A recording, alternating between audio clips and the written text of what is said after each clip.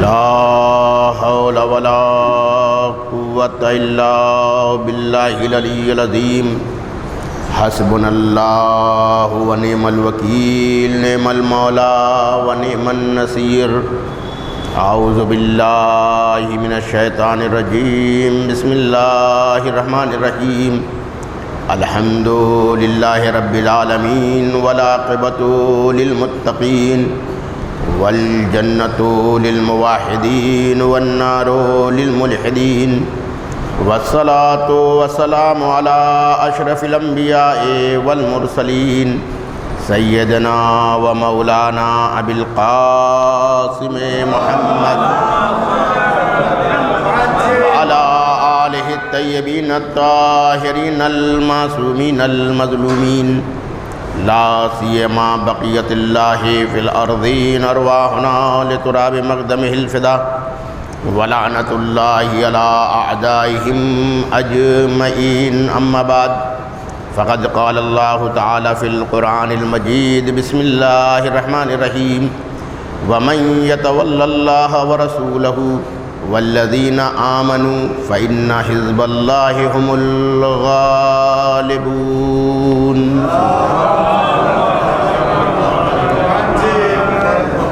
عزیزان گرامی، اس عشرے کی یہ تیسری مجلس جو آپ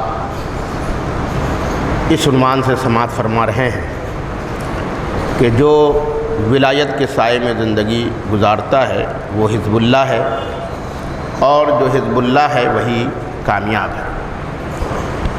پروردگار نے قرآن مجید میں پہلے ولایت کا تذکرہ کیا کہ ولی کون ہے، تو اللہ، رسول اور وہ صاحبان ایمان جو نماز قائم کرتے ہیں اور حالت رکوع میں زکوٰۃ دیتے ہیں وہ کیا ہیں؟ ولی ہیں۔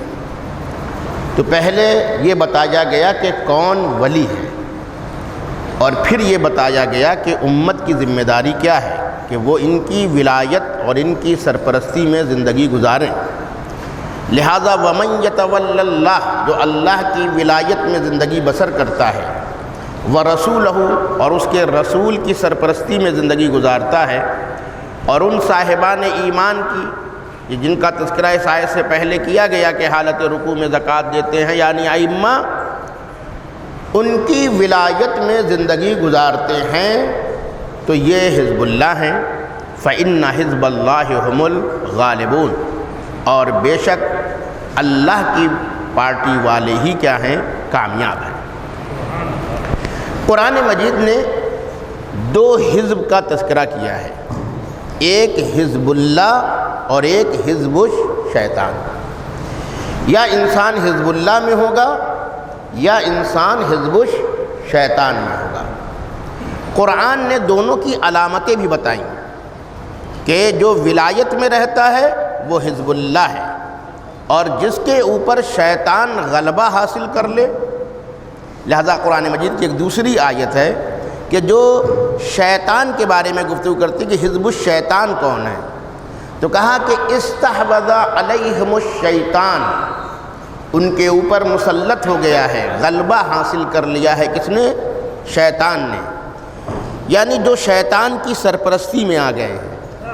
توجہ چاہ رہا ہوں، کچھ ولایت کی سرپرستی میں زندگی گزارتے ہیں اور کچھ شیطان کی سرپرستی میں زندگی گزارتے ہیں۔ اب ہمیں کیسے پتہ چلے کہ یہ انسان شیطان کے ماتحت ہے، یہ انسان شیطان کی سرپرستی میں آ گیا ہے؟ تو قرآن نے اس کی بھی علامت بتائی ہے، کہا کہ جو جس کے اوپر شیطان غلبہ حاصل کر لیتا ہے، استحوذ علیہم الشیطان فانساہم ذکر اللہ، تو اس کی علامت کیا ہے کہ شیطان غلبہ پا گیا؟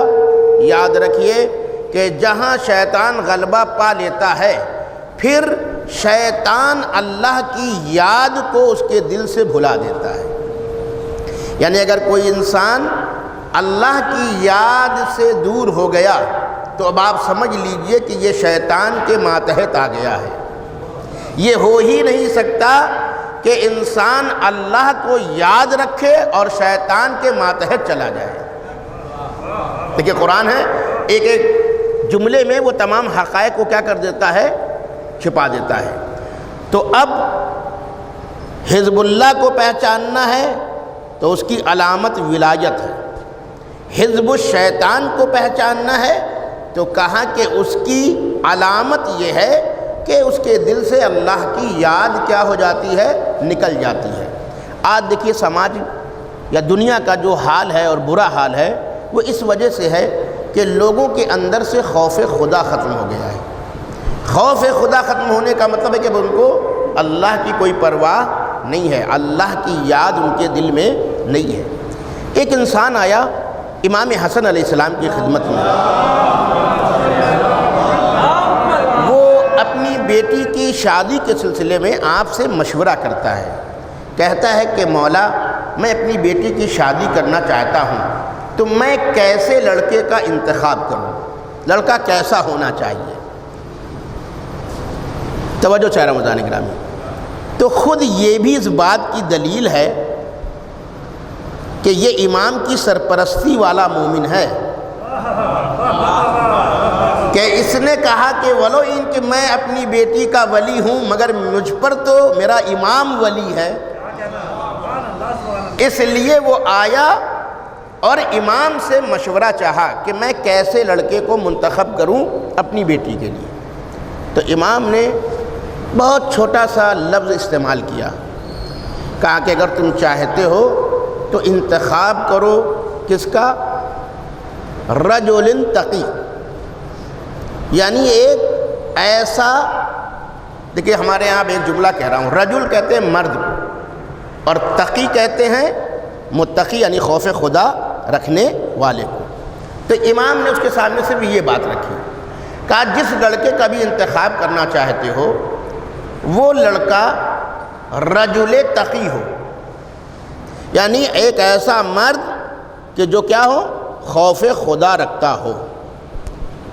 پھر امام نے اس کی وجہ بتائی، کہا اگر اس کے دل میں خوف خدا ہے تو شادی کے بعد دو صورتحال ہو سکتی ہے، یا تو اس لڑکے کو اپنی بیوی پسند آئے گی یا پسند نہیں آئے گی، لیکن اگر خوف خدا ہے تو چاہے پسند آئے یا نہ آئے وہ لڑکی پہ ظلم نہیں کر سکتا، کیونکہ اس کے دل میں خوف خدا ہے۔ توجہ چاہے رمضان کرام، عجیب جملہ کہا مولا نے، یعنی آج کے سماج کا بہت بڑا مسئلہ حل کیا ہے۔ البتہ ہماری بھی کیونکہ نیت کیا ہوتی ہے، ہم رجل تقی کی تلاش میں نہیں ہوتے، ہم بھی ہمارے معیارات کیا ہیں؟ سوچتے ہیں کسی منصبدار کے گھرانے سے تعلق رکھتا ہو، کسی مالدار گھرانے سے تعلق رکھتا ہو، یعنی ہم یا پیسہ دیکھتے ہیں یا شہرت دیکھتے ہیں، یہی سب تو دیکھتے ہیں۔ اب وہ شہرت چاہے جیسے حاصل ہو گئی ہو، ہے نا، وہ پیسہ چاہے جیسے حاصل ہو گیا ہو، تو ہمارے یہاں معیار یہی ہے، شادی کے معیار یہی ہے، اکثر لوگ یہی دیکھتے ہیں۔ جبکہ ہمارے یہاں احادیث میں یا دیکھیے ذہنیت کا بہت بڑا اثر پڑتا ہے، ذہنیت کا بہت اثر پڑتا ہے۔ ہمارے یہاں ایک انسان کو شادی کی اجازت کب دی گئی ہے؟ دیکھیں اس کے اوپر نفقہ واجب ہے یا نہیں ہے؟ نفقہ واجب ہے، یعنی ہمارے یہاں ایک انسان تب شادی کے لائق بنتا ہے جب وہ کھلانے کی حیثیت رکھتا ہو، نفقہ دینا اس کے اوپر واجب ہے، نفقہ اس کے اوپر کیا ہے؟ واجب ہے۔ توجہ چاہ رہا ہوں، اب جو انسان شادی کے موقع پر سسرال والوں کی دولت پہ نگاہ رکھے ہو تو اس کے تو ذہنیت ہی میں بھکاری پن پایا جاتا ہے،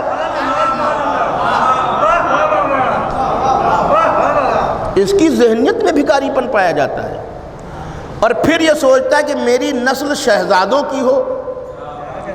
ارے تو اپنے بچوں کی ماں کے گھر شہزادہ بن کر کے گیا ہوتا تو نسل شہزادوں کی پیدا ہوتی، تو بھکاری بن کر کے گیا۔ اگر نسل بھکاری ہو جائے تو کسی اور کو ملامت نہ کرنا، اپنی نیت پر ملامت کرنا۔ ایک صلوات بھیجئے محمد و آل محمد پر۔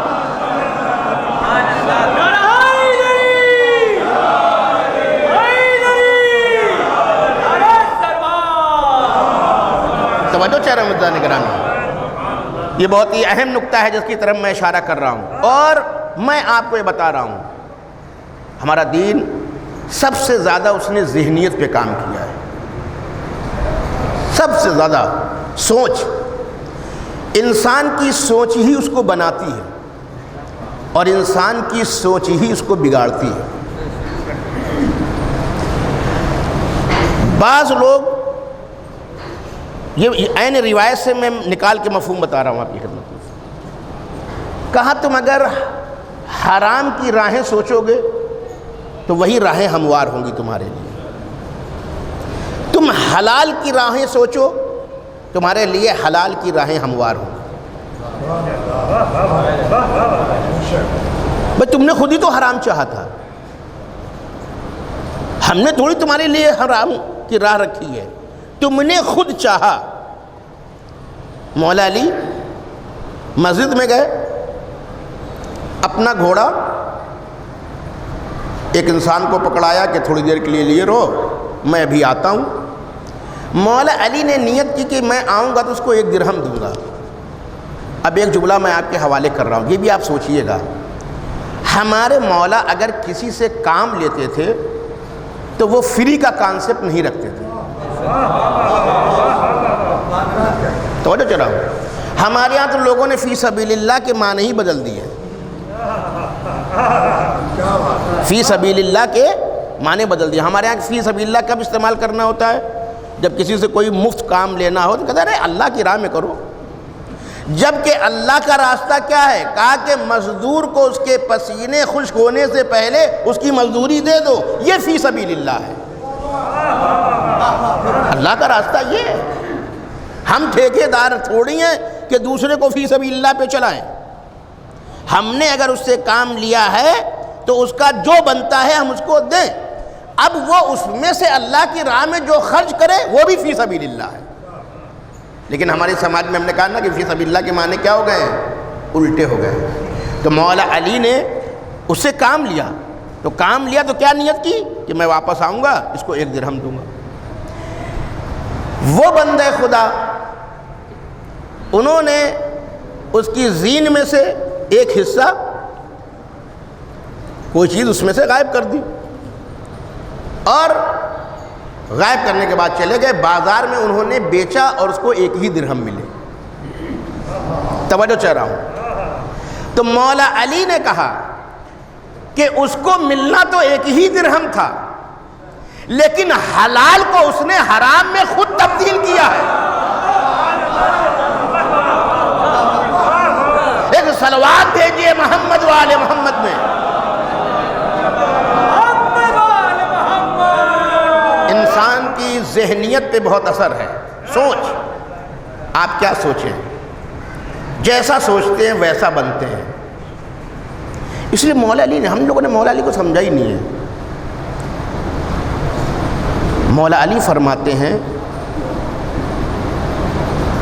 بڑی پیاری حدیث ہے، خدا کی قسم یہ پوری قوم کو بدل سکتی ہے۔ انسان پیسے کا فقیر بعد میں ہوتا ہے، ذہن کا فقیر پہلے ہوتا ہے۔ یا جملہ کہہ دوں، جو ذہن کا فقیر ہوتا ہے پھر وہی پیسوں کا بھی فقیر بن جاتا ہے۔ مولا علی کی ایک حدیث، بڑی پیاری حدیث ہے، پوری انسانوں کو بدل دینے والی، معاشرے کو بدل دینے والی۔ ہم ایسے مولا علی کو جانتے ہی نہیں ہیں۔ مولا علی نے کہا مت کھانے کی سوچو، کیا؟ مت کھانے کی سوچو۔ پھر کہا کہ سوچے؟ کہا کھلانے کی سوچو۔ سوچ ہی سے انسان بنتا ہے۔ کہا مت کھانے کی سوچو، کھلانے کی سوچو۔ اب پھر اس کا ریزن بھی بتایا مولا نے کہ کیوں ہم کھانے کی نہ سوچیں۔ بھائی جو انسان کھانے کی سوچتا ہے تو اب اس کے کیا ہے کہ کوئی ہو اس کو دے اور وہ کھائے۔ تو یہ انسان اپنے ذہن کے اعتبار سے ایسا فقیر ہے کہ جو کبھی اپنے پیروں پہ کھڑا ہو ہی نہیں سکتا۔ یہاں مل جائے، وہاں مل جائے، یہاں مل جائے، وہاں مل جائے، یہ تو سوچتا ہے وہ۔ کہا مت کھانے کی سوچو، پھر کہا کہ سوچو کہاں کھلانے کی سوچو. کیوں؟ کہا اس لیے کہ جو کھلاتا ہے اس میں حاکمانہ ذہنیت پیدا ہوتی ہے، اور جو کھانے کی سوچتا ہے اس کے اندر غلامانہ ذہنیت پیدا ہو جاتی ہے. تو مولا علی کہنا چاہتے ہیں کہ انسان کی سوچ اسے حکمراں بھی بنا سکتی ہے اور غلام بھی بنا سکتی ہے.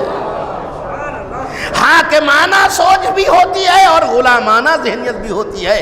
علی والا غلامانہ ذہنیت سے آگے نہ بڑھے، حاکمانہ ذہنیت سے آگے بڑھے. ایک صلوات بھیجئے محمد وآل محمد. اور معاف کیجئے گا میں ایک جملہ کہہ دے رہا ہوں، یہ تبرک کا بھی جو ہمارے یہاں کانسیپٹ تھا، اصلی کانسیپٹ کھلانے ہی کا تھا، کھانے کا نہیں تھا. یہ جو تبرک رکھا گیا تھا مجلسوں میں، یہ کھانے کے کانسیپٹ سے نہیں رکھا گیا تھا، کھلانے کے کانسیپٹ سے رکھا گیا تھا. اور خدا کی قسم میں کہتا ہوں کہ خود یہ بھی بہت حد تک ہمیں بچانے میں معاون و مددگار ثابت ہوئی ہے. لیکن جن لوگوں نے اس کا مفہوم بدل دیا، میں ان کی بات نہیں کر رہا ہوں، توجہ چلو، جنہوں نے اس کا مفہوم بدل دیا کہ تبرک کو بھی انہوں نے کھانے کا ذریعہ سمجھ لیا، کھلانے کا ذریعہ نہیں سمجھا. تو جب کھانے کا ذریعہ سمجھ لیا تو نتیجہ کیا نکلا کہ اب مولا کی مجلس میں بھی تبھی حاضر ہوتے ہیں جب ایک صلوات بھیجئے محمد و آل محمد پر. توجہ چہرے مزار اکرامی. تو ایک ولی نے اپنے اصلی ولی سے سوال کیا کہ بیٹی کی شادی کرنا چاہتا ہوں، کس سے شادی کروں؟ کہا رجل تقی سے، خوف خدا رکھنے والے مرد سے. ہم نے کہا ہمارے یہاں کیا ہے، ہم پیسہ دیکھتے ہیں، ہم شہرت دیکھتے ہیں، ہم منصب دیکھتے ہیں، سب کچھ دیکھتے ہیں مگر دین نہیں دیکھتے. سب کچھ دیکھتے ہیں مگر اخلاق نہیں دیکھتے، ہے نا. ہمارے پیغمبر نے کس چیز کو آپ بیس بنا رہے ہیں؟ کہا یہ بیس جو بناتے ہیں یہی اثر انداز ہے آپ کی زندگی میں. کہا جو لوگ اس چیز کو بیس بناتے ہیں، ذہنیت میں یہ ہوتی ہے کہ ہم شادی کریں گے پیسے کی وجہ سے، ٹھیک ہے، اخلاق نہیں دیکھنا ہے، دین نہیں دیکھنا ہے. ہم شادی کریں گے، معیار میں نے کہا شہرت والا خاندان ہے، اس کو معیار بنایا، اس کے اخلاق کو نہیں بنایا، اس کے دین کو نہیں بنایا. یا بعض لوگ حسن و جمال، دین حسن و جمال کا بھی مخالف نہیں ہے لیکن انسان کی ذہنیت کا مخالف ہے. کہ اگر تم نے ان کو معیارات بنایا، یہ مل بھی جائے تو تمہیں وہ سکون نہیں ملے گا، بلکہ وہی دولت تمہارے لیے باعث کراہت بنے گی. بہت سے لوگوں کو دولت مل گئی لیکن بعد میں آپ جا کے ان کی زندگی کو دیکھیے، ہے نا. سب سے بڑی بات تو یہی ہے کہ وہ ہر وقت احساس کمتری کا شکار رہتا ہے نا. اگر ایک مرتبہ زوجہ محترمہ نے تانا دے دیا جس گاڑی پہ شیخی مار رہے ہیں یہ میرے باپ کی دی ہوئی ہے، تو ڈیمانڈ میں مل تو جائے گی سب کچھ، لیکن اس کے بعد کیا ملا یہ پیغمبر نے بیان کیا، ہم نہیں کہہ رہے. کہ اگر مل بھی جاتی ہے تو اس میں اس کو پسندیدگی نہیں ملے گی، اس میں اس کو خوشی نہیں ملے گی. لیکن پیغمبر نے ایک گارنٹی لی ہے کہ اگر تم دین اور اخلاق کو معیار بناتے ہو تو اس کے ذریعے سے اللہ تمہیں دولت بھی دے گا. اللہ کوئی بخیل تھوڑی ہے، وہ تو تمہاری ذہنیت کو دیکھ رہا ہے نا. تو توجہ چاروں جن گرامی. تو میں نے کہا کہ اگر آپ وہاں جا رہے ہیں شہزادے بن کر کے تو نسل بھی شہزادوں کی پیدا ہو، لیکن اگر آپ کی ذہنیت میں بھکاری پن ہے تو اگر نسل بھکاری نکلے تو پھر آپ اپنے کو کوسیے، کسی اور کو مت کوسیے، کیونکہ آپ کی نیت ایسی تھی. خدا کی قسم ہمارے مذہب میں یہ جو کہا گیا کہ الاعمال بالنیات، عمل کا تعلق نیت سے ہے. اگر ہم نیت کو سمجھتے نہیں تو نیت جو دور کہتے ہیں نماز پڑھو قربت اللہ، یہ تو لفظ کہہ رہی ہے. نیت اصلی تو تیرے دل میں ہے کہ یہ نماز تو اللہ کے لیے پڑھ رہا ہے یا دکھانے کے لیے پڑھ رہا ہے؟ نیت، اعمال کا تعلق نیت سے، سب کچھ نیت پر، سب کچھ سوچ پر، سب کچھ ذہنیت پر۔ سب سے زیادہ ہمارے یہاں ذہن پہ کیا کیا گیا ہے؟ زور دیا گیا ہے۔ کربلا میں اسی ذہنیت کو امام حسین نے دکھایا تھا، اسی ذہنیت کو دکھایا تھا۔ کربلا والے کہاں پہ تھے؟ کال جاؤ میں تمہیں جنت دیتا ہوں۔ اگر اصحاب حسین بھکاری ذہنیت کے ہوتے تو چلے جاتے۔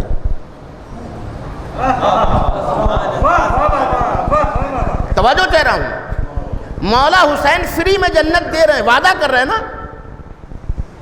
آپ سمجھتے ہیں اصحاب حسین کا کریکٹر، اور یہ جو مجلسیں ہو رہی ہیں یہ ہمیں یہی بنانا چاہتی ہیں۔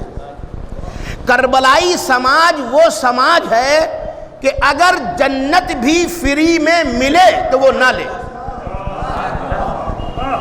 ارے جس کو جنت فری میں ملے اور وہ نہ لے، وہ دنیا فری میں ملے تو لے گا۔ یہ ہے وہ سوچ۔ مولا حسین نے کربلا کی ایک سوچ کو دنیا کے سامنے یوں تھوڑی کہہ دیا کہ جیسے مجھ کو ملے کسی کو نہیں ملے، میں ان کو فری میں جنت دے رہا ہوں، یہ جانے کے لیے تیاری نہیں۔ اور اسی لیے کبھی آپ ہمارے یہاں یہ بھی ہوتا ہے کہ آدمی جملے تو بول دیتا ہے لیکن اصلی جملے نہیں بولتا ہے۔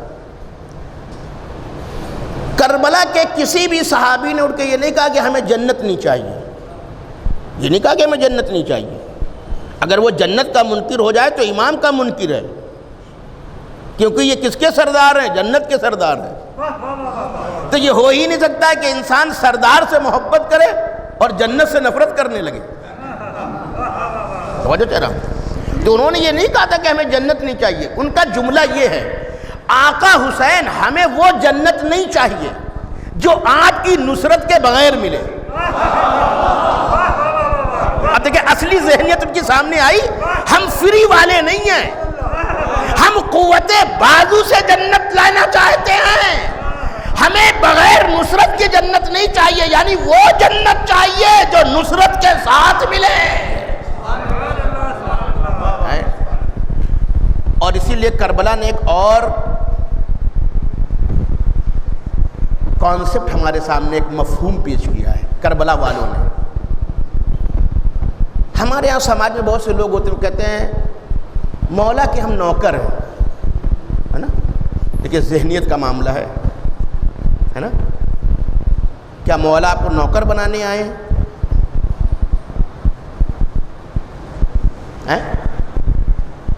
مولا کسی کو نوکر بنانے نہیں آئے، لیکن ہماری ذہنیت کیا کہہ دیتی ہے کہ ہم مولا کے نوکر ہیں۔ معاف کیجئے گا، مولا کو نوکر نہیں چاہیے، مولا کو ناصر چاہیے۔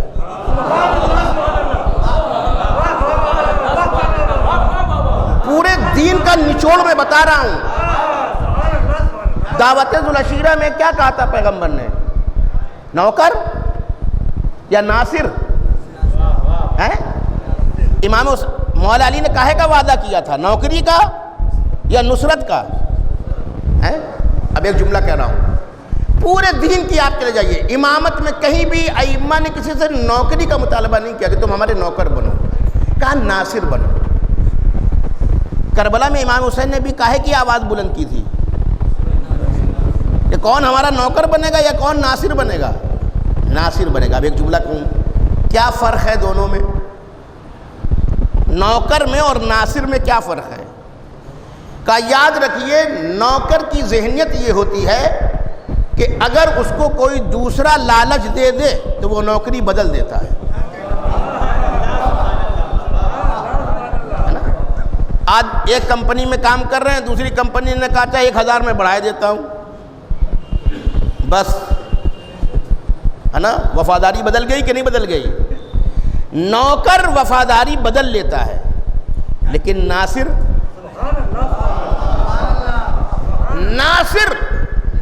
وہ پورے وجود کو تو ختم کر سکتا ہے، اپنے فدا کر سکتا ہے، لیکن بدل نہیں سکتا، اپنے کو تبدیل نہیں کر سکتا۔ توجہ چاہ رہا ہوں۔ اب ایک جملہ کہوں، جو پیغمبر کے نوکر بن کر کے آئے تھے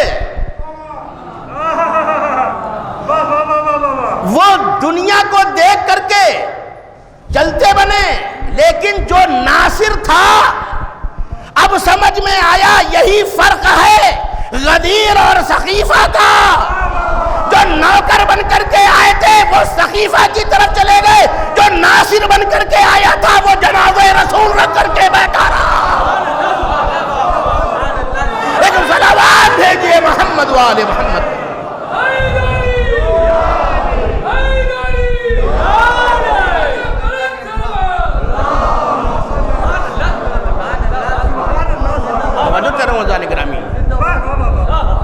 ہمارے جوانوں، مولا علی کو سمجھو، خدا کی قسم تمہاری زندگی بدل جائے گی۔ اپنی ذہنیت کو بدلو۔ ہم نے کہا نا کہ ذہنیت ہی انسان کو بناتی بھی ہے اور بگاڑتی بھی ہے۔ آپ جیسے سوچیں گے، اللہ کہتا ہے اس نے یہ سوچا اس کے لیے یہی راہیں ہموار کر دو۔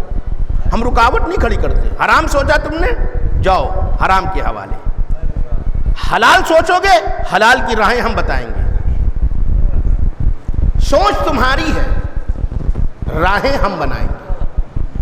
سوچ سے انسان کیا ہے بنتا اور بگڑتا ہے۔ یہ بہت اہم جملہ ہے۔ اب میرا شادی کے موضوع پہ مجھے نہیں پڑھنا ہے، لیکن اب بات آ گئی تو رجل تقی،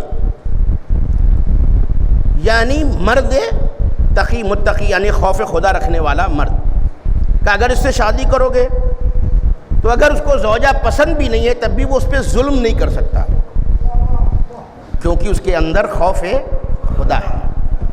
آج جو یہ سماج میں ظلم پنپ رہا ہے اس کی جڑ میں یہی ہے کہ خوف خدا ختم ہو گیا ہے۔ خوف خدا ہو انسان ظلم نہیں کر سکتا۔ مولا علی نے کہا پوری دنیا مجھ کو دے دی جائے اور مجھ سے کہا جائے کہ یہ جو چیٹی جا رہی ہے اس کے منہ میں ایک چھوٹا سا تنکا ہے، یہ اس کو تم چھین لو۔ مولا علی کہتے ہیں میں تمام دنیا کو ٹھکرا سکتا ہوں مگر اس چیٹی پہ ایک تنکے کے برابر ظلم نہیں کر سکتا۔ سمجھ میں آیا؟ کیوں؟ کیونکہ وہ امام المتقین ہے۔ سمجھ میں آیا؟ وہ امام المتقین ہے۔ اس کے اندر کیا ہے؟ عام متقی سے بھی زیادہ کیا ہے؟ خوف خدا ہے۔ اسی لیے جب عمر عاص کا تذکرہ نہج البلاغہ میں موجود ہے کہ یہ عمر عاص جو اس قدر مکاری عیاری حق کے مقابل میں آیا، جانتا تھا، سب کچھ جانتا تھا، کہ کیوں ایسا ہوا؟ کہ اس لیے کہ خدا کا خوف اور آخرت کی یاد اس کے دل سے نکل چکی ہے۔ یہ آخرت کو بھلا بیٹھا ہے، آخرت کو بھلا بیٹھا ہے۔ یہ سوچ ہی نہیں رہا کہ مجھ کو مرنا بھی ہے۔ اس کے 2 بیٹے تھے، یہ ماتوب تھا، جنگ صفین سے پہلے یہ ماتوب تھا بہت کائنیا آدمی۔ اب آپ یہ سوچئے کہ عمر عاص اس شخصیت کا نام ہے کہ بڑا ذہین تو تھا، چالاک بھی بہت تھا، ہے نا؟ وہ اتنا ذہین تھا کہ کمبخت ذوالفقار کے نیچے بھی آ کر کے اس کا ذہن کام کر گیا۔ مولا علی کی تلوار کے نیچے آ کے کوئی بچ نہیں پایا ہے مگر یہ وہاں سے بھی بچ کے گیا ہے نا؟ ایسی ٹیکنالوجی تو کسی کو پتہ ہی نہیں تھی، ایسا اسلحہ تو کسی نے ایجاد ہی نہیں کیا تھا، ایسا ڈیفنس کا سسٹم تو کسی کو معلوم ہی نہیں تھا، ہے نا؟ جب مولا علی نے اس کا تعاقب کیا، اس کے قریب پہنچ گیا تو اس نے اپنا لباس اتار دیا، ہے نا؟ عجیب اسلحہ استعمال کیا اس نے۔ یعنی آپ دیکھیں ذہن اس کا دیکھیے، یعنی جو ہے بات وہ تو کہی جائے گی نا، ہے نا ذہین؟ ارے بھائی اچھوں کے جو ہیں وہ پیجامے گیلے ہو جاتے ہیں مگر یہ تو اس کے ذہن میں تھوڑی آتا ہے کہ ہم اگر ایسا کریں گے ہیں۔ یعنی وہاں پر بھی وہ آ کے بچ نکلا، ذوالفقار کے نیچے آ کے بچ کے نکل کے گیا۔ مگر مولا علی نے بھی کہا کہ جو اتنا ذلیل ہو، اتنا پست ہو، اس کو مار کے بھی کیا کروں گا، اس کو ایسے ہی جانے دو تاکہ اس کی نسلیں بھی احساس عار محسوس کرتی رہیں۔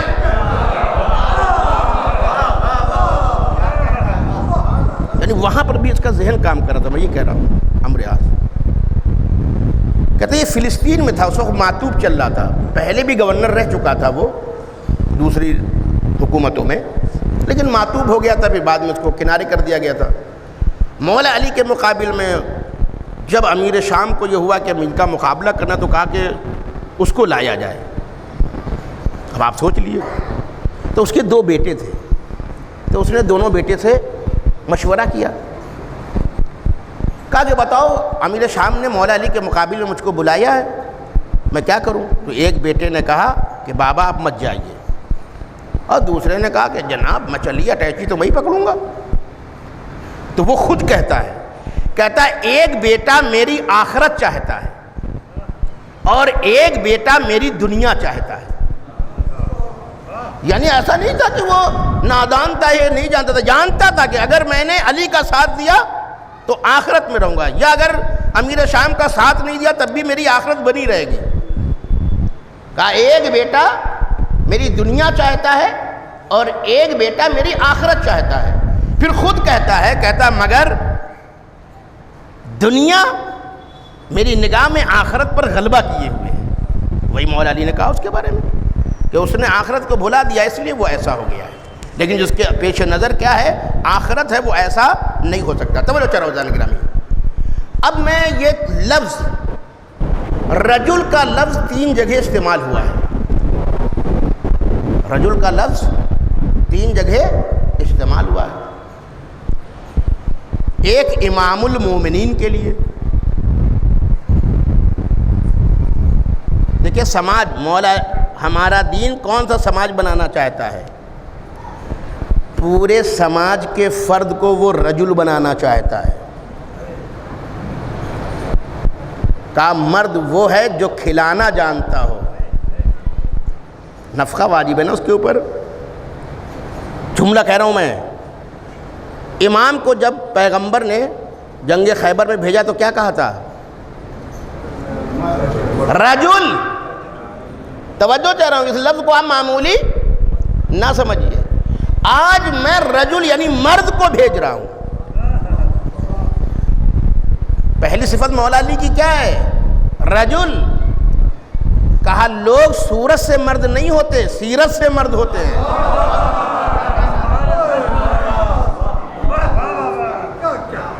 آج میں رجل کو بھیج رہا ہوں، مگر جو اس سے پہلے گئے تھے کیا وہ نہیں تھے؟ وہ صورت کے تو رجل ہی تھے، مگر سیرت کے کیا تھے؟ سیرت کے رجل نہیں تھے۔ بھئی اس سے پہلے بھی تو لوگ جا رہے تھے، خیبر فتح ہوا؟ نہیں فتح ہوا، بلکہ ہوا کیا؟ ہوا یہ کہ 39 دن، آپ جانتے ہیں مولا علی 40ویں دن گئے ہیں اور سب کا 40واں کر دیا۔ توجہ چاہ رہا ہوں، 39 دن تک دوسرے لوگ گئے ہیں، تو جب دوسرے لوگ گئے تو وہ کیا کہتے تھے؟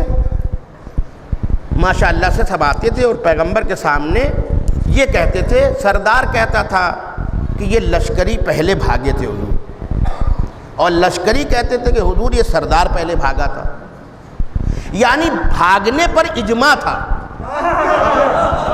بھاگنے پر اتفاق تھا، بس اختلاف کہے کا تھا کہ پہلے کون بھاگا۔ کہا بس اسی فرق کو بتانے کے لیے میں کل مرد کو بھیجوں گا، ہے نا، کل میں مرد کو بھیجوں گا، وہ فیصلہ کر دے گا کہ پہلے کون بھاگا تھا، ہے نا۔ اب یہ بتائیے کہ یہ لشکری تو وہی لشکری تھے نا جو 39 دن گئے تھے، اور یا مولا علی کے ساتھ بھی گئے، یہی تو گئے، کوئی اور تو گیا نہیں تھا۔ اب 40ویں دن خیبر فتح ہوا یا نہیں فتح ہوا؟ تو اس کا مطلب ہے کہ لشکری نہیں بھاگنے والے تھے، ورنہ تو آج بھی بھاگ جاتے۔ تو اس کا مطلب ہے کہ رجل نے آ کے فیصلہ کیا کہ اگر سردار رجل ہو تو لشکری نہیں بھاگتے۔ اب ایک جملہ کہہ دوں، بس جو رجل ہوتا ہے وہ نہ تو میدان جنگ سے بھاگتا ہے نہ میدان زندگی سے بھاگتا ہے۔ بہت بڑا جملہ میں نے کہا ہے، بہت سے لوگ اپنی میدان زندگی سے بھاگے ہوئے ہیں، ہے نا۔ بہت سے لوگ زندگی، میدان زندگی سے کیا ہیں؟ بھاگے ہوئے ہیں۔ کہنے لگے کون ذمہ داریاں نبھائے، بیوی بچوں سب کی ہیں، بھاگ لو، تو یہ رجل ہے۔ توجہ چاہ رہا ہوں، رجل وہ ہم نے کہا چاہے میدان جنگ ہو یا میدان زندگی ہو، وہ اپنی ذمہ داریوں سے فرار نہیں کرتا. اور بعض لوگ تو دینی بہانے بھی ڈھونڈ لیتے ہیں، معاف کیجیے گا، دینی بہانے. اپنی ذمہ داریوں سے فرار کر کے کہاں پہنچ گئے؟ حسین ٹیکری میں جا کے بیٹھے ہوئے ہیں.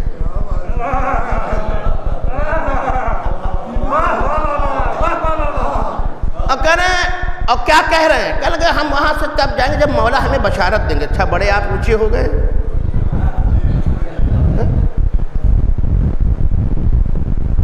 کیا کہتے ہیں؟ اپنی ذمہ داریوں سے بھاگے ہوئے ہیں. بچوں کا کیا ہوگا؟ ان کی تربیت کا کیا ہوگا؟ تمہارے اوپر واجب ہے ان کی ذمہ داری، ان کی تربیت واجب ہے. کہاں بھاگ کر کے گئے تم؟ مولا امام حسن نے کیا کہا تھا؟ رجل میدان زندگی سے نہیں بھاگتا ہے، وہ اپنی ذمہ داریوں کو ایک چیلنج کی حیثیت سے قبول کرتا ہے اور اس کو نبھاتا ہے. اب ایک جملہ کیجیے گا، معاف کیجیے گا، تو ہم نے کہا بہت سے لوگ دینی چیزوں کو آڑ میں لے لیتے ہیں. پتہ چلا کہ کئی مہینے سے حسین ٹیکری میں پڑے ہوئے ہیں، بعض تو سالوں سے وہاں پڑے ہوئے ہیں، تاکہ وہاں رہیں گے زندگی کسی طریقے سے گزر جا رہی ہے. ذمہ داریاں بھی، بیوی بچوں کا کیا حل ہوا ان سے کوئی مطلب نہیں ہے. ماں باپ جن کی کفالت اس کے ذمے تھی ان کا کیا ہو رہا ہے اس کو اس سے کوئی مطلب نہیں ہے. توجہ چاہے روزان گرامی، ولایت کو سمجھیے. کہا ذمہ داریوں کو چھوڑ کر کے اگر کوئی مسجد میں بھی بیٹھا ہو تو امام المتقین اسے مسجد میں بھی برداشت نہیں کرے گا. میں اپنی طرف سے نہیں کہہ رہا ہوں، یہ ہے ولایت کا حقیقی مفہوم. ولایت کا مطلب یہ ہے کہ جس کی سرپرستی، میں نے کہا باپ ولی ہے نا، تو جب تو ولی ہے اور سرپرست ہے تو ذمہ داری نبھا. بھاگ کے کہاں جا رہا ہے؟ زندگی سے فرار کیوں کر رہا ہے؟ مگر تو کرار کا ماننے والا ہے؟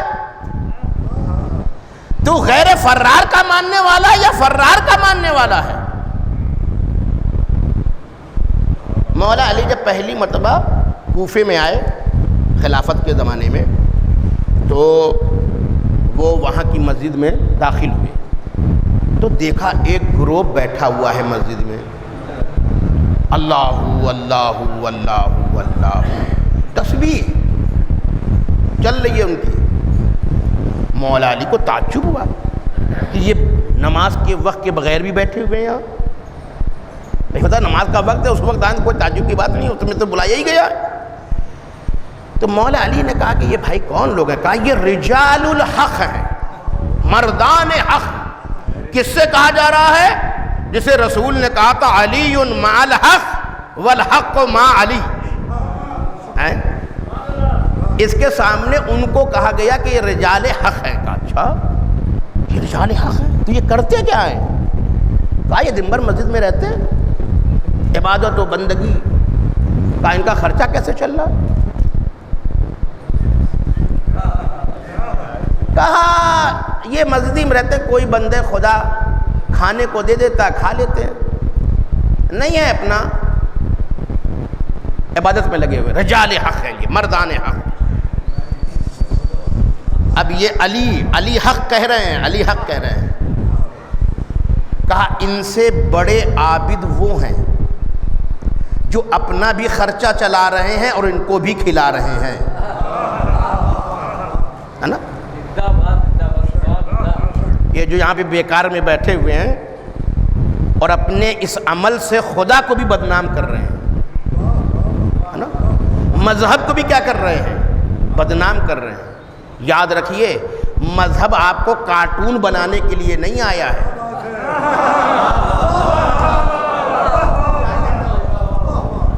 مذہب آپ کو کارٹون بنانے کے لیے نہیں آیا ہے. بعض لوگوں کو تو میں دیکھتا ہوں خدا کی قسم، ان کو دیکھ لے تو آدمی سوچے کہ یہ دین کا مطلب کیا ہوتا ہے. یعنی یہ نمبر 1 کا پاگل، یہ ہے دین. بھائی اپنے عمل سے تو وہی معرفی کرا رہا ہے نا. بغل بنائے ہوئے سوچتا کہ دین، ارے جس دین نے تم سے کہا تم صاف ستھرے رہو تو بغل بنائے ہوئے ہو اور نام دے رہو دین کا. انگوٹھی بھی جو ہے اس میں ایک علت ہے کہ زینت کے لیے ہے، یہ ہے نا، کیا ہے کے لیے ہے؟ یہ زینت کے لیے۔ عزیزو جملہ میں کہہ رہا ہوں، دین پہ عمل کرو مگر پہلے حکم پہچان لو، حکم جان لو، بغیر جانے عمل میں نہ کودو، ورنہ تم دین تو نہیں بلکہ تم کس پر عمل کرو گے؟ دین پر عمل نہیں کرو گے، دین کے برخلاف عمل کرو گے۔ نگوں کے اثرات ہیں لیکن ہر نگ کے اثرات الگ ہیں۔ مولا علی ہر دن ہر انگوٹھی پہنتے تھے؟ نہیں۔ اب اس بندے خدا کو تو پتہ نہیں ہے، بولے ہاں مذہب میں تو انگوٹھی ہے، ہاں انگوٹھی ہے مگر پاگل پن نہیں ہے۔ بعض لوگ تو انگوٹھی کے نام پر کیا ہیں، پوری انگوٹھی کی دکان بنے ہوئے ہیں۔ نگ پتہ چلا گلے میں بھی لٹکائے پڑے ہیں، یہاں بھی بنائے ہوئے ہیں، یہاں بھی بنائے ہوئے ہیں، ساری انگلیاں جو ہیں۔ ارے مذہب نے انگوٹھی رکھی تھی کہ تو خوبصورت لگ، نہ کہ کارٹون۔ اور پھر تجھے یہ بھی نہیں پتا کہ سارے نگ، بعض نگ ایک دوسرے کو کراس کرتے ہیں۔ مولا کائنات کے بارے میں وہ ہر انگوٹھی ہر دن نہیں پہنتے تھے۔ توجہ کہہ رہا ہوں، تو یہی ہے، میں نے کہا نا کہ ایک چھوٹی سی بات اگر آپ نہیں جانتے تو کیا کریں گے؟ دین کے خلاف عمل کریں گے۔ کبھی انسان ثواب کی نیت سے کرتا ہے لیکن دین نہیں جانتا تو وہ ثواب کے بجائے عذاب کماتا ہے۔ ہمارے بہت سے جوان ہیں، میں نہیں کہتا کہ وہ فیشن میں کرتے ہیں، مولا کی محبت میں کرتے ہیں۔ اب یہ آ گیا ہے، یاد رکھیے کمپنیز کو آپ کے مذہب سے تعلق نہیں ہے، آپ کے جیب سے اس کا سروکار ہے۔ اب کیا ہوا، مولا علی کے نام بک رہے ہیں، ہے نا۔ میرا ایک جملہ سن لیے، مولا علی گلے میں لٹکانے کی چیز نہیں ہے، گلے سے اتارنے کی چیز ہے۔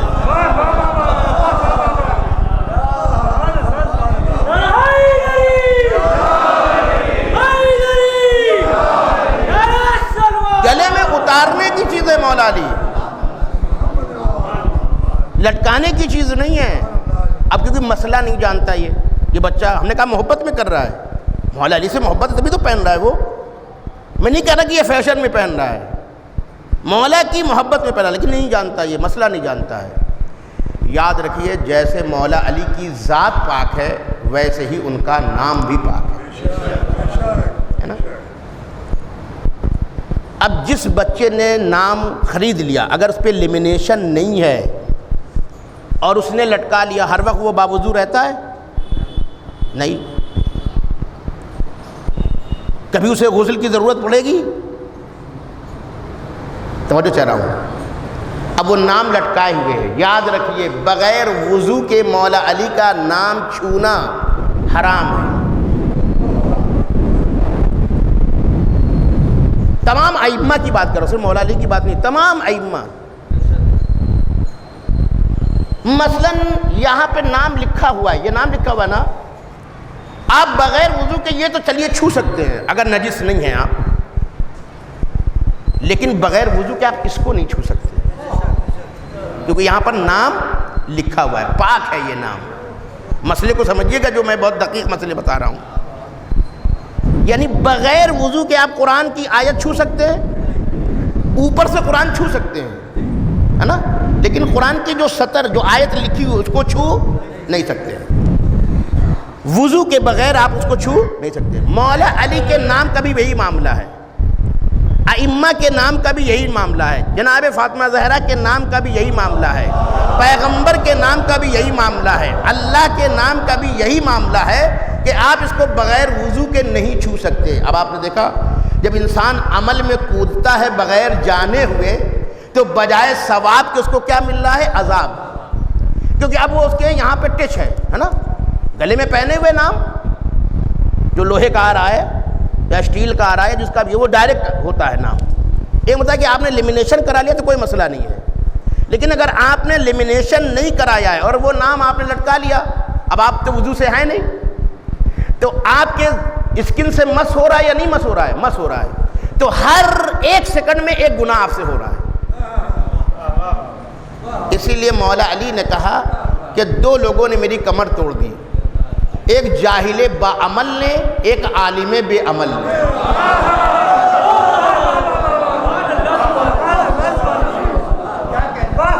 عین عبارت ہے مولا علی کی، دو لوگوں نے میری کمر توڑ دی، ایک جاہل با عمل نے، جاہل ہے مگر عمل میں اتر گیا، اور ایک عالم بے عمل نے۔ توجہ چاروں طرف کریں، دونوں نے میری کیا کی ہے؟ کمر توڑ دی ہے۔ اب مثلا دیکھیے آج کل، اس لیے جانیے مثلا اب ٹی شرٹ پہ آ گیا ہے معاملہ، ہے نا؟ ہر چیز پہ چلا آ رہا ہے معاملہ۔ اب کیا ہے، وہ صاحب پہنے وہ اسی میں باتھ روم جا رہے ہیں، ہر جگہ جا رہے ہیں۔ کا یاد رکھو، محبت کرو مگر نادانوں والی نہیں، محبت کرو دانا بن کر کے۔ جب محبت نادانی کی ہوتی ہے تو خوارج بن جاتا ہے، اور جب محبت علم کے ساتھ ہوتا ہے تو مالک اشتر بنا دیتا ہے۔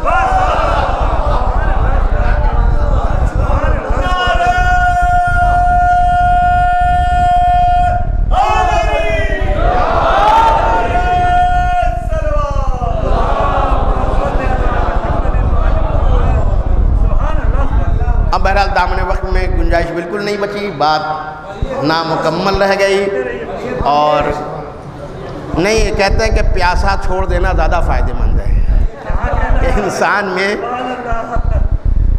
کچھ جذبہ باقی رہے گا۔ ایک سلوہ بھیجے محمد والے۔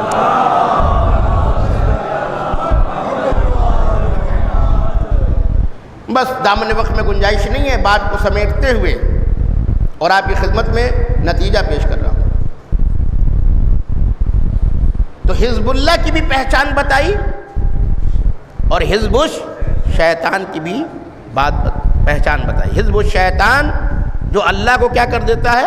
بھلا دیتا ہے۔ شیطان اس کے دل سے اللہ کی یاد کو نکال دیتا ہے۔ اب قرآن کہہ رہا ہے کہ اولئک حزب الشیطان، جس پر شیطان غلبہ کرتا ہے، اللہ کی یاد بھلا دیتا ہے، پھر وہ کیا ہے؟ حزب الشیطان۔ اب وہ شیطان کی پارٹی میں آ گیا ہے۔ اب جب شیطان کی پارٹی میں، تو رزلٹ کا ولایت کو مانو گے تو حزب اللہ کا رزلٹ کا ہم الغالبون، وہ غالب ہیں۔ کا شیطان کی پارٹی میں آ گئے تو کا الا ان حزب الشیطان ہم الخاسرون،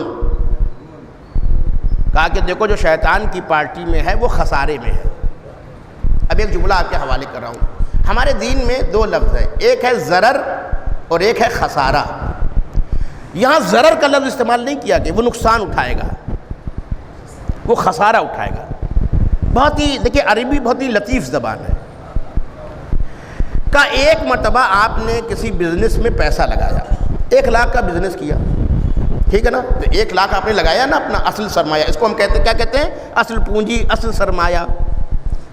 اب آپ نے سوچا کہ یہ بزنس میں جو میں نے 1 لاکھ لگایا ہے، تو اس سے مجھے مثلاً فرض کریں کہ میرا فائدہ جو ہے وہ 1,30,000 کا ہوگا، یعنی 30,000 مجھ کو فائدہ مل جائے گا۔ چلیے، تو آپ نے 1 لاکھ لگایا، یہ اصل پونجی، اصل سرمایہ، محنت کی، وقت دیا، سوچا کہ 30,000 اس میں فائدہ ملے گا، لیکن بزنس میں ہو گیا نقصان، آپ کو فائدہ نہیں ہوا، لیکن 1 لاکھ آپ کے نکل آئے، یعنی اصل پونجی بچ گئی۔ تو کہا یہ انسان ضرر میں ہے، یہ ضرر میں ہے۔ لیکن جو اپنی اصل پونجی بھی کھو دے تو کہا وہ خسارے میں ہے۔ کہا یاد رکھو جو شیطان کی پارٹی میں ہے وہ اپنی اصل پونجی بھی نہیں بچا پائے گا، وہ فائدہ تو فائدہ، اس کی اصل پونجی بھی ختم ہو جائے گی۔ کیوں؟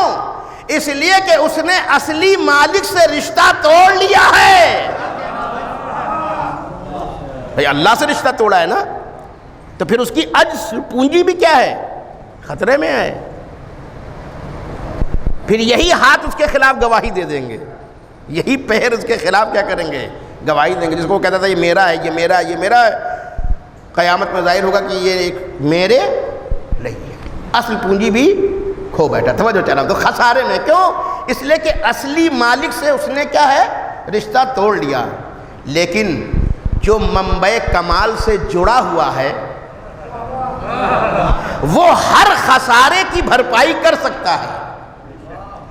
اسی لیے تم ہو سکتا ہے کہ ظاہر میں کوئی نقصان دیکھ بھی رہے ہو، لیکن کیونکہ تم منبع کمال سے جڑے ہوئے ہو بھرپائی کرنے والا موجود ہے، اس لیے تم خسارے میں نہیں جا سکتے ہو، تم ہمیشہ کامیاب ہوگے.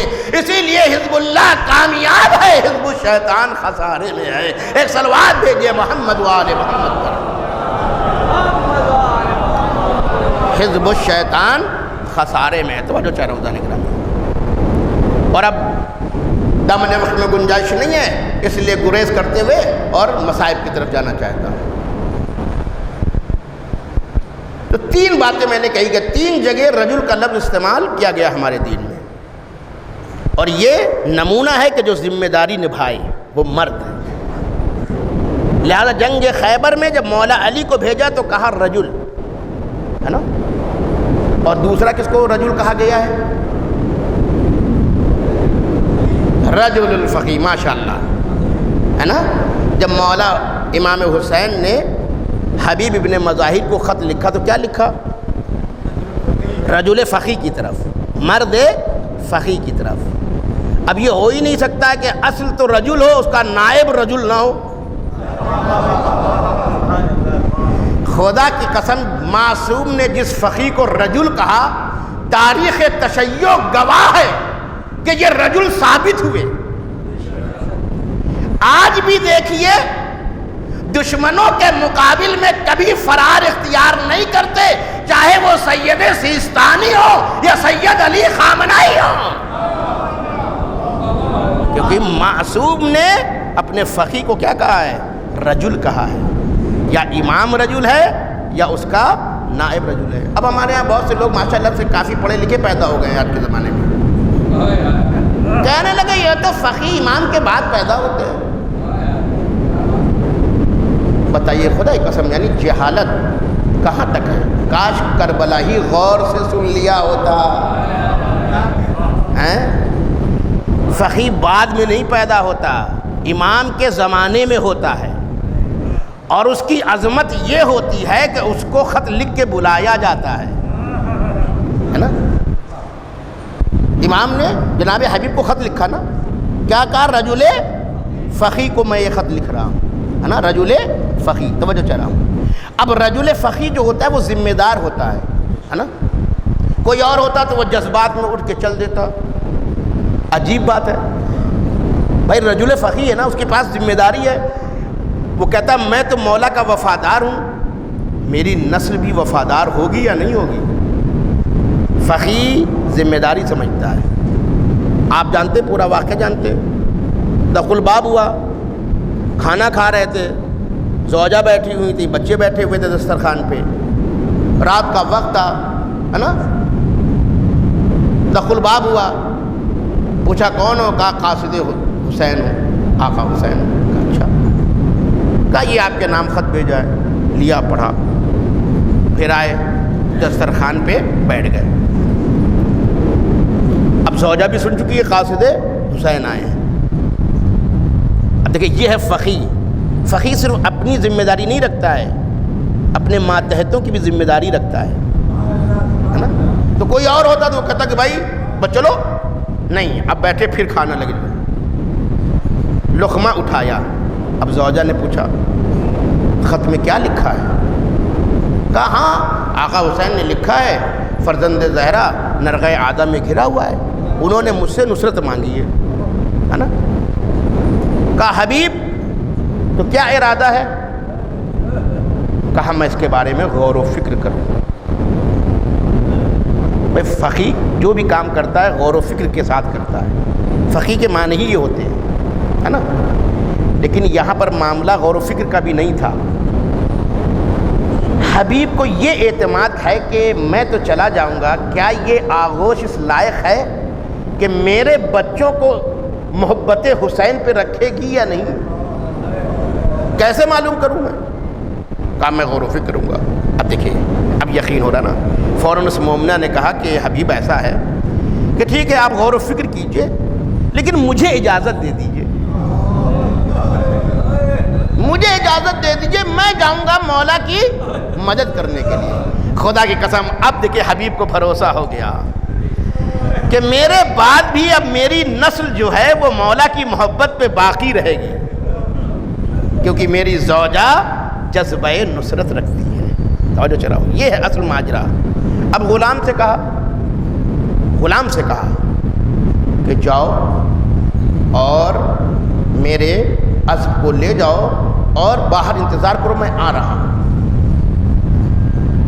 ایک جملہ میں کہہ رہا ہوں اور فقیہ اور غیر فقیہ کا فرق بتا رہا ہوں۔ بہت سے لوگ کوفے میں تھے، ہے نا؟ بہت سے لوگوں کو پتہ بھی چلا کہ آقا گھرے ہوئے ہیں، ہے نا؟ میں مانتا ہوں کہ راستے بند تھے، تمام راستوں پہ پہرے لگے تھے، ہے نا؟ یہ تو تھا نا؟ بس ایک جملہ کہہ رہا ہوں، فقیہ وہی ہوتا ہے کہ جہاں راہیں نہ بھی ہوں وہ راہیں نکال لیں۔ بھائی بہت سے لوگ تھے، انہوں نے یہی تو کہا کہ راستہ نہیں دے کھلا ہوا، بند ہے راستہ، میں کیسے جاؤں؟ حبیب نے کہا کہ جیسے میں جا سکتا ہوں ویسے تم بھی جا سکتے تھے۔ تو فقیہ راستہ نکال لیتا ہے وہاں بھی جہاں راستے بند ہوں۔ اب سمجھ میں آیا کیوں معصوم نے ہمیں فقیہ کے حوالے کیا؟ کہا اس لیے کہ یہ مشکلات میں بھی راہیں مسدود بھی ہو جائیں تو راہیں نکال لیا کرتا ہے۔ ایک صلوات دیجئے محمد وآل محمد۔ اور اب دامن وقت میں گنجائش نہیں ہے، اب بات آ گئی جناب حبیب کی، تو اب انہی کا مصائب ہو جائے۔ حبیب کو بہرحال بچتے بچاتے نکلتے ہوئے دیر ہو گئی، اور حبیب کا غلام اپنے آقا کے گھوڑے کو لیے ہوئے باہر کوفے کے انتظار کر رہا ہے۔ تو ایک مرتبہ اس غلام کی نگاہ گھوڑے کے اوپر پڑی تو دیکھا کہ اس گھوڑے کی آنکھوں سے آنسو بہ رہے ہیں۔ تو عجیب ہے، وہ غلام بھی دیکھے کتنا بامعرفت غلام ہے۔ اس نے کہا کہ اے میرے آقا کے گھوڑے، روتے کیوں ہو تم کیوں روتے ہو؟ اگر میرا آقا نہیں آیا تو میں چلوں گا آقا کی نصرت کے لیے، تجھے لے چلوں گا، میں چلوں گا تیرے اوپر آقا کی نصرت کے لیے۔ کہنے کہ یہ جملہ کہہ رہا تھا کہ حبیب آ گئے پیچھے سے۔ تو حبیب نے کیا سنا کہ میرا غلام گھوڑے سے کہہ رہا ہے کہ مت رو، میرا آقا نہیں جائے گا تو میں چلوں گا فرزند زہرا کی نصرت کے لیے۔ حبیب نے سر پیٹ لیا، اے میرے مولا آپ پہ کیسا وقت پڑا ہے۔ اور اب کربلا کی کیفیت بتا رہا ہوں، کربلا کی کیفیت۔ کربلا میں جب بھی گھوڑوں کی ٹاپوں کی آواز آتی تھی تو جناب زینب کا دل دہل اٹھتا تھا۔ فوراً فضہ سے کہتی تھی فضہ جاؤ دیکھو کیا میرے بھیا کا کوئی ناصر آیا ہے۔ اور فضہ جب آتی تھی وہ کہتی تھی کہ شہزادی فلاں سردار آیا ہے، 4000 کا لشکر آیا ہے، آقا کے دشمنوں میں 4000 لوگوں کا اور اضافہ ہو گیا ہے۔ اللہ اکبر۔ جناب شہزادی یہ سن کر کے بے قرار ہو جاتی تھی، آنکھوں میں آنسو آ جاتے تھے کہ جو بھی آ رہا ہے وہ دشمن کی طرف سے آ رہا ہے۔ آپ جانتے ہیں نا کہ لشکر کبھی 3000 آیا، کبھی 2000 آیا، کبھی 1000 آیا، ایسے بڑھ رہا تھا کربلا میں۔ اور جب آتا تھا تو پہلے زمانے میں گھوڑوں کی ٹاپوں کی آواز، حتیٰ کہ ان کے گلے میں گھنٹیاں ایسی باندھی جاتی تھی جس سے آواز ہو، اس سے بھی ایک دہشت پھیلتی تھی سامنے والے پہ۔ یا مثلا اگر اونٹ سے آ رہے تو اونٹ میں بھی گھنٹی بجی ہوتی تو آواز دور سے ہوتی تھی، تو زینب اس کو سنتی تھی، اور جب سنتی تھی تو بہت بے قرار ہو کے فضہ سے کہتی تھی جاؤ معلوم کرو کہ کون آیا۔ تب فضہ جب بھی آتی ہے یہی کہتی ہے کہ شہزادی 2000 دشمنوں کا اور اضافہ ہو گیا، 3000 دشمنوں کا۔ تو شہزادی کہتی کیا میرے بھیا کا بھی کوئی ناصر آئے گا؟ یہ ہے جناب شہزادی زینب۔ ایک مرتبہ کربلا کی سرزمین پہ دور سے گرد و غبار اٹھا، ٹاپوں کی آواز آنے لگی، زینب پھر بے قرار ہوئیں اور کہا کہ جاؤ فضہ دیکھو یہ کون آیا ہے۔ فضہ اب کی آئیں تو دیکھا، انتظار کیا، دیکھا کہ وہ سوار آیا، وہ کوئی اور نہیں ہے، حبیب ابن مظاہر۔ اب دیکھیے آقا حسین نے استقبال، آپ جانتے ہیں حر کا بھی استقبال کیا، حبیب کا بھی استعمال کیا، حبیب کا بھی ویسے ہی استقبال کیا۔ جناب علی اکبر سے کہا چلو چچا آ رہے ہیں۔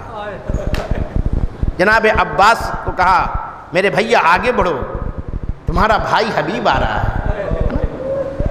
سب کو لے کے آقا گئے ہیں استقبال میں جناب حبیب کے، بچپنے کے ساتھی ہیں جناب حبیب، سب کو لے کے گئے استقبال کے لیے۔ اب فضہ یہ منظر دیکھ رہی ہیں، فضہ دوڑی ہوئی خیمے میں گئی۔ اب پہلی مرتبہ فضہ بھی خوش ہے، کہا شہزادی شہزادی۔ زینب نے کہا کیا ہے؟ کہا مبارک ہو یہ آپ کے بھیا کا ناصر آ گیا ہے۔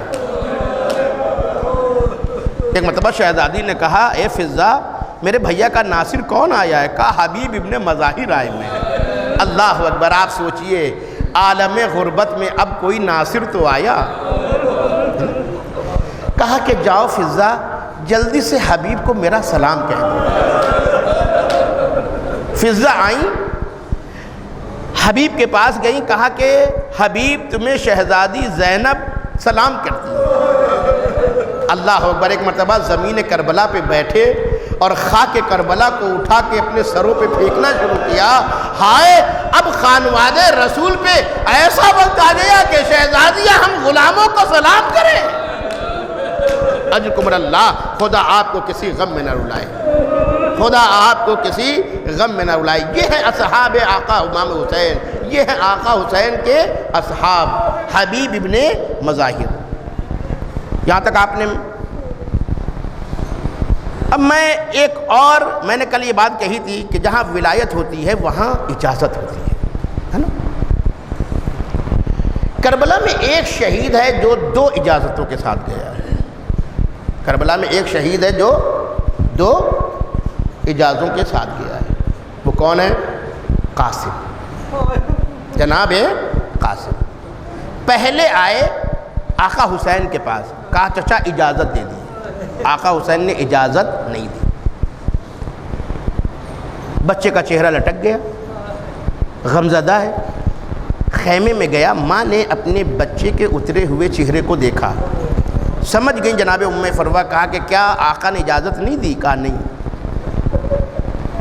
کوئی اور خاتون ہوتی تو کہتی چلو رسم دنیا بھی اچھا ہوا بیٹا واپس آ گیا، خوشی مناتی نا، لیکن کہا میرے لال گھبراؤ نہیں، تمہارے بابا نے ایک تعویذ باندھی تھی جب تو بہت چھوٹا تھا، اور مجھ سے یہ کہا تھا کہ جب زہرا کے چمن پہ سب سے زیادہ مصیبت کا وقت آئے تو اس تعویذ کو کھول لینا۔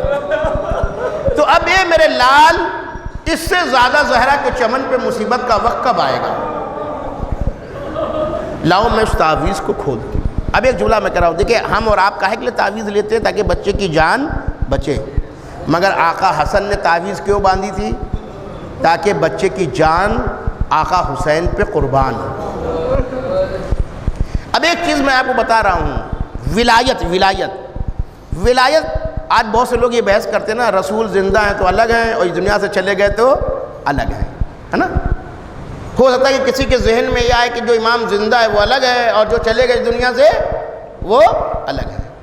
کربلا نے اس مسئلے کو بھی حل کیا ہے۔ دیکھیں زندہ امام اجازت نہیں دے رہے ہیں۔ امام حسن اس دنیا سے جا چکے ہیں یا نہیں جا چکے ہیں؟ جا چکے ہیں۔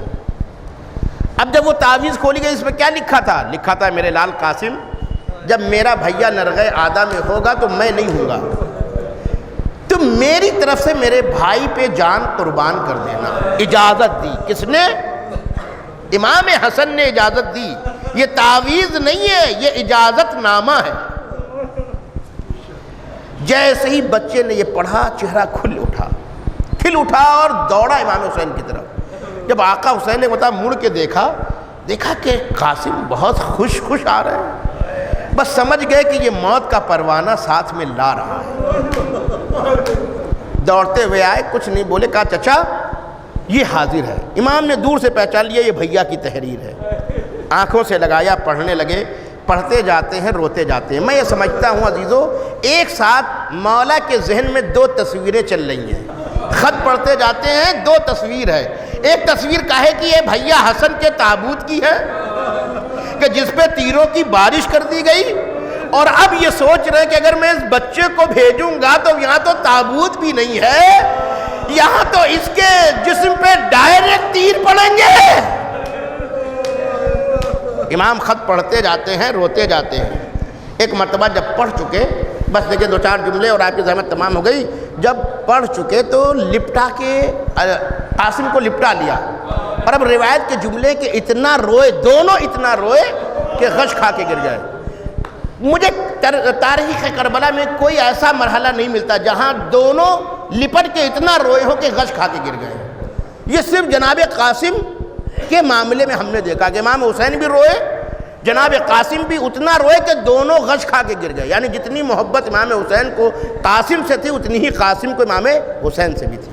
اب ایک جملہ کہوں، ہمارے یہاں جب کوئی بے ہوش ہوتا تو کیا کہتے ہیں فوراً؟ پانی لاؤ، پانی لاؤ، پانی چھڑکو اس کے اوپر، ہے نا؟ واقعی پانی چھڑکتے اور ہوش میں آ جاتا ہے۔ آپ سوچئے وہ بہن کیا کرے جس کا بھائی بھی غش میں ہے اور جس کا بھتیجا بھی غش میں ہے، وہ زینب کیا کرے؟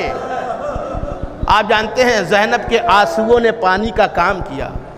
کبھی زینب کے آنسو حسین کے رخسار پہ گرتے ہیں، کبھی زینب کے آنسو قاسم کے رخسار پہ گرتے ہیں۔ ان آنسوؤں نے پانی کا کام کیا۔ دونوں غش سے اٹھتے ہیں، جب اٹھتے ہیں تو کیسے؟ توجہ چہرہ مدار گرامی، امام نے اپنے ہاتھ سے قاسم کو سوار کیا۔ قاسم کو جب سوار کیا، میں ایک بہت نفسیاتی جملہ کہنے جا رہا ہوں، کاش اس کو آپ سمجھیے گا۔ امام حسن کے بعد امام حسین نے قاسم کو ایسا رکھا تھا کہ وہ یتیم ہونے کے باوجود بھی یتیم لگتا نہیں تھا۔ کاش آپ سمجھ جائیں میں کیا کہنا چاہ رہا ہوں۔ واقعاً مولا حسین اتنا قاسم کا خیال رکھتے تھے کہ وہ قاسم یتیم لگتا نہیں تھا۔ جس کو زندگی بھر حسین نے یتیم نہ لگنے دیا، جب اس کو بھیج رہے ہیں تو یتیم صورت بنا کے بھیج۔ یہ بہت بڑی مصیبت میں نے پڑھی ہے امام حسین علیہ السلام۔ سوچئے امام کے دل پہ کیا گزر رہی ہوگی۔ زندگی بھر اس کو یتیم لگنے نہیں دیا آقا حسین نے، مگر آج جب اس کو بھیج رہے ہیں تو یتیم بنا کے بھیج رہے ہیں۔ کیسے؟ کہا میرے لال قاسم ذرا سر جھکاؤ، سر جھکا دیا، گریبان پکڑا، اور پہلی مرتبہ آج ایسا کپڑا حسین پہنا کے بھیجیں گے کہ یتیمی چھلکے۔ زندگی بھر ایسا لباس پہنایا کہ یتیم ہوتے ہوئے بھی یتیم لگتا نہیں تھا، میں نے کہا، مگر آج اپنے ہی ہاتھ سے گریبان چاک کر دیا، یعنی اسے یتیم بنا کے پیش کیا۔ کس لیے؟ کہا کہ تاکہ یہ ظالم اس کو یتیم سمجھ کر کے اس بے دردی سے نہ مارے۔ یہی تو تھا آقا حسین کی نفسیات۔ بعزیزو جملہ ختم ہو رہا ہے، آپ کی زحمتیں تمام ہو رہی ہیں، آپ کی آنکھوں میں آنسو آ گئے۔ میرے مولا، آپ نے جن کو یتیم بنا کے نہیں بھیجا وہ اتنی بے دردی سے نہیں مارے گئے، مگر جس کو آپ نے یتیم بنا کے بھیجا وہ سب سے زیادہ بے دردی سے مارا گیا، کیونکہ کوئی زندہ گھوڑوں کی ٹاپوں سے پامال نہیں ہوا۔ یہ صرف کربلا میں قاسم ہے جو گھوڑوں کی ٹاپوں سے زندہ پامال ہوا۔ یہی وجہ ہے کہ جب گھوڑوں کی ٹاپ پڑتی تھی قاسم کہتے تھے ہائے چچا، اور ادھر سے چچا کہتا تھا گھبراؤ نہیں میں آنے والا ہوں، مگر ہائے حسین اس وقت پہنچے جب جسم ٹکڑے ٹکڑے ہو چکا تھا۔ پہنچے قریب بیٹھے، ایک جملہ کہا، اے میرے لال قاسم، تیرے چچا کے دل پہ بڑا شاخ ہے کہ تو بلاتا رہا، اور میں اس وقت پہنچا جب تیرا جسم ٹکڑے ٹکڑے ہو گیا۔ روایت کے جملے ہیں، جنازے کو آقا حسین نے سمیٹ کے اٹھایا ہے، جنازے کو آقا حسین نے سمیٹ کے اٹھایا ہے اور لے کر کے آگے بڑھے ہیں۔ زمین روایت کہتی ہے ارے پیر تو اتنے ننھے تھے کہ زین تک نہیں پہنچتے تھے، مگر جب جسم کو سمیٹ کر کے اٹھایا تو پیر زمین پہ خط دیتے ہوئے جا رہے تھے۔ اللہ اکبر، خیمے کے قریب پہنچے، کہا اے کی یادگار قاسم کو لے کر کے آیا ہوں۔ ارے زینب دوڑتی ہے، ام وروا آتی ہے، ہاتھوں کو بلند کر دیتی ہے، پروردگار میری اس قربانی کو قبول کر لے۔ میرے قاسم نے شہزادی کی نگاہ میں مجھے سرخرو کر دیا۔ ارے زینب قاسم کے جنازے سے لپٹی، واہ حسنہ کی آواز بلند ہوئی، واہ حسینہ، واہ علیہ کی صدائیں بلند ہوئی۔ سیعلم الذین ظلموا ای منقلب ینقلبون، انا للہ و انا الیہ راجعون، رضا بقضائہ و تسلیما لامرہ۔ خدایا جو پریشان حال ان کی پریشانی کو دور فرما، جو بیمار ہیں ان کو شفائے کامل و عاجل عنایت فرما، جو بے روزگار ان کو روزی عطا فرما، جو بے مکان ہے ان کو مکان عطا فرما، جو بے اولاد ہے ان کو اولاد صالحہ عطا فرما۔ ہم سب کو اعمال صالحہ کی توفیق عطا فرما، ہم سب کو برائیوں سے بچنے کی توفیق عطا فرما۔ پروردگار محمد اور آل محمد کے صدقے میں ہمارے والدین، بھائی، رشتہ دار، عزیز و اقارب، تمام مومنین مومنات جو مرحوم ہو گئے ہیں، اس بستی کے تمام مرحومین، سامعین کے تمام مرحومین، اس انجمن کے تمام خدمت گزار جو اس دنیا سے چلے گئے ہیں، بانیان، پروردگار سب کے درجات کو بلند فرما، ان کے گناہان صغیرہ اور کبیرہ کو بخش دے۔ پروردگار ہمارے مرحومین کو ہم سے راضی فرما، ہمیں ان کی دعاؤں میں شامل فرما۔ پروردگار ہمارے مرحومین کو ہر قسم کے عذاب، خصوصاً عذاب قبر، عذاب برزخ، عذاب نار سے محفوظ فرما۔ محمد اور آل محمد کی شفاعت نصیب فرما۔ اے اللہ، محمد اور آل محمد کے صدقے میں ہم سب کے گناہان صغیرہ اور کبیرہ کو بخش دے۔ پروردگار جو بچے تعلیم حاصل کریں ان کو تعلیم میں کامیابی عطا فرما۔ پروردگار جو اپنی بچیوں کی شادی کے لیے پریشان ہیں ان کے لیے اسباب فراہم کر۔ پروردگار ہم سب کو صحت اور سلامتی عطا فرما۔ پروردگار ہم سب کو امراض و اسقام سے محفوظ فرما، تمام بلیات ارضی اور سماوی سے محفوظ فرما۔ پروردگار جو دنیا میں قتل و غارت گری کر رہے ہیں، جو ان کی حمایت کر رہے ہیں، اگر وہ قابل ہدایت نہیں ہے تو ان پر اپنے عذاب کو مسلط فرما۔ اے اللہ، وارث حسین کے ظہور میں تعجیل فرما، ہمیں اور ہماری ذریت کو اس قابل بنا دے کہ ہم ان کے ناصروں میں شمار کیے جائیں۔ آپ سے آخر میں گزارش ہے کہ مرتبہ سورہ حمد اور 3 مرتبہ سورہ توحید کی تلاوت فرما کے اس انجمن کے تمام مرحومین، بستی کے تمام مرحومین اور تمام مومن مومنات جو دنیا سے گزر گئے ہیں سب کے رسول کو احسان فرما۔